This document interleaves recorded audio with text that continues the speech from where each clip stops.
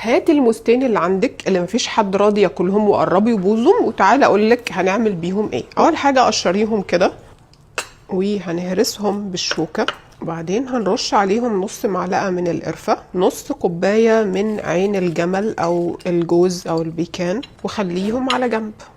2 بيض، الفانيلا، 3/4 كوب سكر، هخفقهم لحد ما البيض لونه يفتح، نص كوبايه من الزيت، تلت كوب من الحليب، عندي كوبايتين من الدقيق نخلتهم وعليهم رشة ملح، واضيف عليهم معلقة صغيرة مليانة من البيكنج باودر، ربع معلقة من البيكنج صودا، وخلوني اقلبهم كده مع بعض.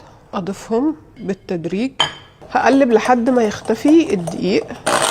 باقي الدقيق نقلب، نتأكد ان خليط الكيك متقلب كويس كده والجوانب كلها نزلت. دلوقتي هضيف عليهم الموز مع القرفة والبيكان، هنقلب.